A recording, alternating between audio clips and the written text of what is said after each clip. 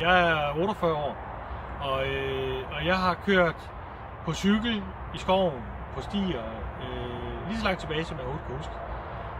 Og jeg kan huske tilbage helt fra jeg var omkring 6 år, da jeg sammen med en sommerhuskammerat begyndte at bygge de første baner, vi kunne køre på med hop på vores små bitte cykler. Og så har det hængt ved det der med, at jeg elsker at cykle.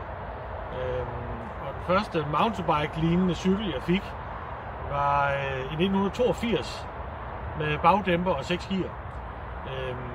Og så har jeg så haft et utal af cykler i mellemtiden. Så cykling har været sådan en stor del af det, som jeg synes, der har været sjovt at gøre. Også lidt anden vej, men mountainbiken er blevet mere tilbage til i forhold til det natur og eventyr, som der er i det.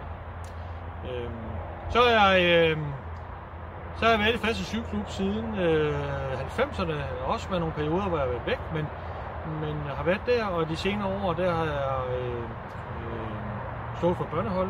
Jeg har taget alt, hvad man har kunne komme i nærheden af mountainbike, uddannelse, kurser i DGI, DCU og træner 1 og træner 2, og er i gang med den her DM to Being uddannelse, som der er